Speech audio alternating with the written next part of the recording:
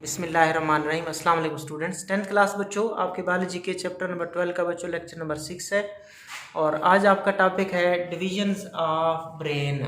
और आज हम इस लेक्चर का पार्ट 1 देखेंगे और कुछ चीज़ों के बारे में हमने सीखना है। बड़ा इंपॉर्टेंट लेक्चर है बच्चों। सो डिवीजन ऑफ ब्रेन यानी कि ब्रेन के हिस्से। मैं यहाँ पे आपको ब्रेन की डिविजन के बारे में बता देता हूँ बच्चों।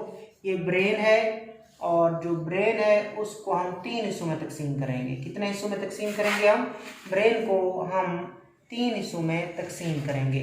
सबसे पहले होता है फोर ब्रेन। क्या बच्चों? Fore brain. फोर ब्रेन के बाद होता है बच्चों mid brain.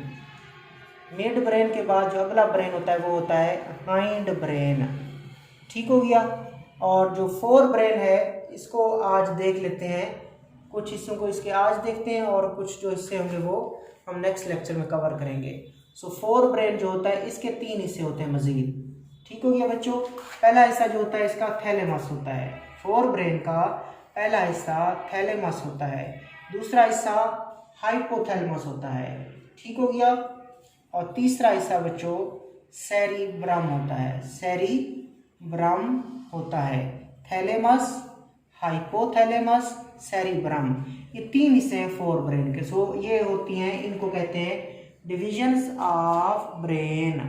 Divisions of brain, 3 parts fore brain. सबसे बड़ा ये है मिड ब्रेन, दूसरा और तीसरा हाइंड ब्रेन। और फोर ब्रेन में से पहला हिस्सा थैलेमस है, दूसरा हिस्सा हाइपोथैलेमस है और तीसरा हिस्सा सेरिब्रम है। आज हम थैलेमस और हाइपोथैलेमस को कवर करेंगे। नेक्स्ट लेक्चर में हम सेरिब्रम को कवर करेंगे और बाकी नेक्स्ट लेक्चर्स में हम मिड ब्रेन और हाइंड ब्रेन को कवर करेंगे। So there are 3 major regions in the brain of the human and other vertebrate. कि इंसान का जो ब्रेन होता है या जो दूसरे वर्टिब्रेट का ब्रेन होता है उसके 3 मेजर रीजन्स होते हैं। कितने मेजर रीजन होते हैं? 3। ब्रेन के कितने हिस्से होते हैं? 3। किसके ब्रेन के? इंसान के ब्रेन के और दूसरे वर्टिब्रेट के ब्रेन के। वर्टिब्रेट क्या होते हैं? वो जानवर जिनमें वर्टिब्रल कॉलम पाया जाए। वो जानवर, वो एनिमल जिसमें वर्टिब्रल कॉलम पाया जाए, जिसमें बैक बोन पाई जाए, जिसमें रीढ़ की हड्डी पाया जाए, उनको वर्टिब्रेट बोलते हैं। ये कौन कौन होते हैं? फिशेस वर्टिब्रेट है, एम्फीबियन वर्टिब्रेट है, रेप्टाइल वर्टिब्रेट है, मैमल्स वर्टिब्रेट है और हमारे बर्ड्स वर्टिब्रेट हैं। सो वर्टिब्रेट में जो ब्रेन होता है उसके 3 मेजर हिस्से होते हैं।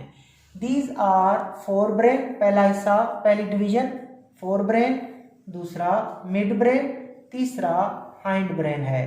तो सबसे पहले फोर ब्रेन देख लेते हैं। पहले भी आपको मैंने बताया कि दिमाग का सबसे बड़ा हिस्सा फोर ब्रेन है। So it is the largest area of the brain. Fore brain is the largest area of the brain. Brain का सबसे बड़ा हिस्सा फोर ब्रेन है। It is most highly developed in humans, और ह्यूमंस में ये सबसे ज़्यादा डिवेलप्ड होता है। कि सबसे ज़्यादा तरक्की याफ्ता इंसान में फोर ब्रेन होता है। दिमाग का सबसे बड़ा हिस्सा फोर ब्रेन, सबसे ज़्यादा डिवेलप्ड, सबसे ज़्यादा तरक्की याफ्ता forebrain. Following are important part of this region. मदरजा झेल इसके इम्पॉर्टेंट हिस्से होते हैं। मदरजा झेल इम्पॉर्टेंट इसके हिस्से होते हैं। सबसे पहला थैलेमस है और दूसरा हाइपोथैलेमस है। पहला थैलेमस, दूसरा हाइपोथैलेमस और तीसरा सेरिब्रम है, जिसको हम नेक्स्ट लेक्चर में कवर करेंगे। तो सबसे पहले हम देख लेते हैं थैलेमस को। ठीक है बच्चों, तो फोर ब्रेन के बारे में आप देख रहे हो कि इसका पहला हिस्सा थैलेमस है, दूसरा हिस्सा हाइपोथैलेमस है और तीसरा हिस्सा सेरिब्रम है। तो ये देखें, सबसे ऊपर सबसे बड़ा सेरिब्रम है। सेरिब्रम के नीचे कौन मौजूद है? थैलेमस मौजूद है। और थैलेमस के नीचे कौन मौजूद है? हाइपोथैलेमस मौजूद है। तो हम थैलेमस को सबसे पहले पढ़ लेते हैं। इस लेक्चर में हम थैलेमस और हाइपोथैलेमस को पढ़ेंगे। Thalamus it lies just below cerebrum. तो ये सेरिब्रम के नीचे पाया जाता है। ऊपर क्या है? सेरिब्रम। तो सेरिब्रम के नीचे कौन पाया जाता है? थैलेमस। तो थैलेमस लाइज बिलो सेरिब्रम, कि थैलेमस सेरिब्रम के नीचे होता है। थैलेमस सेरिब्रम के नीचे होता है। It serves as relay centre between the various part of the brain and spinal cord. बच्चों, ये जो थैलेमस है ये रिले सेंटर का काम करता है। एमसीक्यूज है आपका बहुत इंपॉर्टेंट कि ब्रेन का कौन सा हिस्सा है जो रिले सेंटर का काम करता है। राब्ते के मरकज का काम करता है। राब्ते के मरकज का काम कौन करता है? रिले सेंटर करता है। और रिले सेंटर कौन है? थैलेमस है। किसके दरमियान?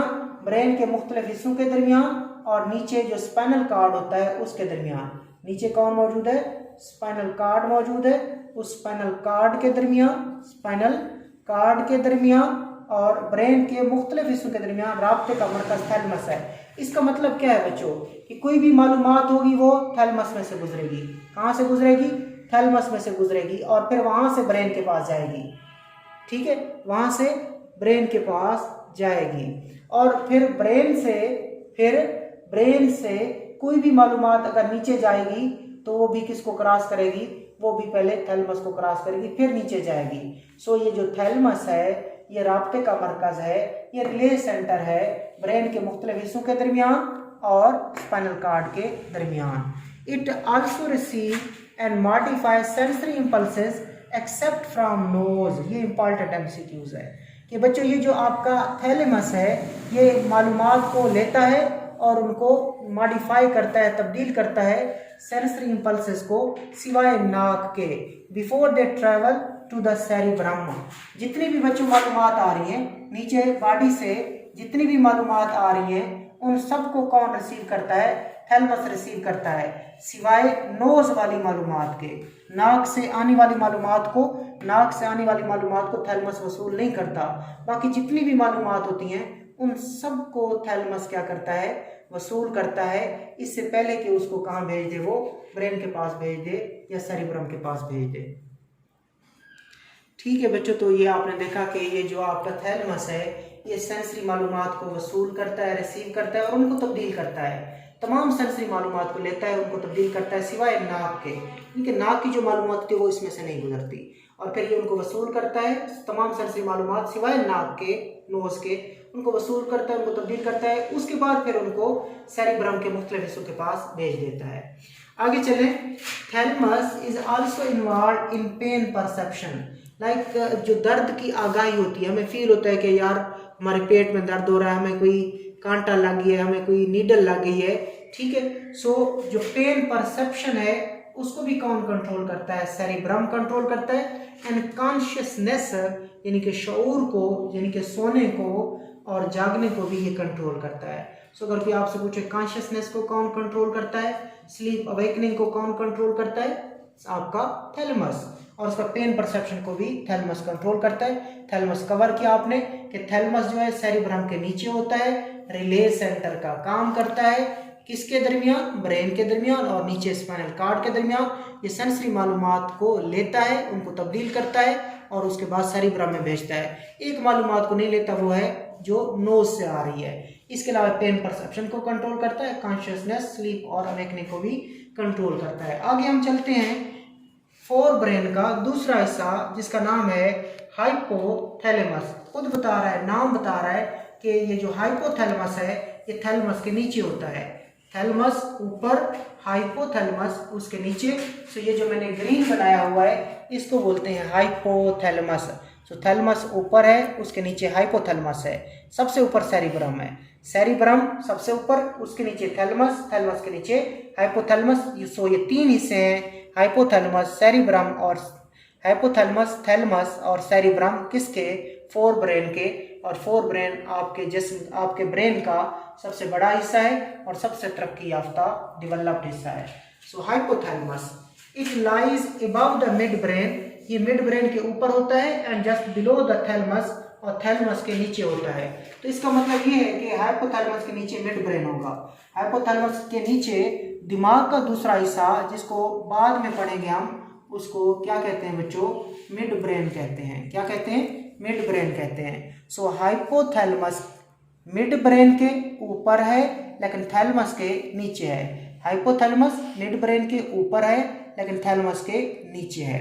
सो आगे, इन ह्यूमंस इट इज रफली द साइज ऑफ आलमंड, कि इंसान के अंदर इसका जो साइज है आमतौर पर वो एक बादाम जितना होता है। कितना होता है बच्चों?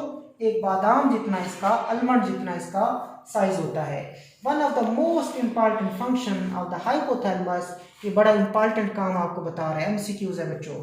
One of the most important function of the hypothalamus is to link nervous system and endocrine system, कि इसका सबसे जो अहम काम है नर्वस सिस्टम को लिंक करना किसके साथ, एंडोक्राइन सिस्टम के साथ। It control secretion of the pituitary gland, इसके अलावा ये पिट्यूटरी ग्लैंड की रतूतों को कंट्रोल करता है। ठीक है बच्चों, पहला काम क्या है, ये जो आपका हाइपोथैलेमस है ये हमारे नर्वस सिस्टम को एंडोक्राइन सिस्टम के साथ मिलाता है। सो अगर भी आपसे पूछे कि एंडोक्राइन सिस्टम और नर्वस सिस्टम को कौन मिलाता है, तो आपने याद रखना है हाइपोथैलेमस। इंग्लिश में कहते हैं hypothalamus link the endocrine system with the nervous system. आगे इसके अलावा ये क्या करता है, पिट्यूटरी ग्लैंड के रतूतों को कंट्रोल करता है। ये पिट्यूटरी ग्लैंड हमारे जिस्म का मास्टर ग्लैंड है, हमारे जिस्म का एंडोक्राइन ग्लैंड है, जिनको हम बाद में पढ़ेंगे, बाद में सीखेंगे। सो पिट्यूटरी ग्लैंड की सिक्रीशंस को, पिट्यूटरी ग्लैंड के जूसेस को कौन कंट्रोल करता है, हाइपोथैलेमस कंट्रोल करता है। इसके अलावा hypothalamus also control the feeling, जो हमारे एहसासात होते हैं उन फीलिंग्स को भी हाइपोथैलेमस कंट्रोल करता है। कौन सी फीलिंग्स को, सच एज रेज गुस्सा, पेन दर्द, प्लेजर खुशी, सारो गम। तो सारो गम, प्लेजर खुशी, पेन दर्द, रेज गुस्सा, ये हमारी मुख्तलिफ फीलिंग्स हैं, इन फीलिंग्स को भी हाइपोथैलेमस कंट्रोल करता है। सो ये बच्चों आपने टॉपिक पढ़ा डिवीजन ऑफ ब्रेन, उसमें आपने दो डिवीजन को कवर कर लिया, एक थैलेमस को कवर किया बच्चों आपने और एक हाइपोथैलेमस को कवर किया। जो तीसरा हिस्सा है सेरिब्रम, हम उसको नेक्स्ट लेक्चर में कवर करेंगे इंशाल्लाह। अल्लाह हाफिज़।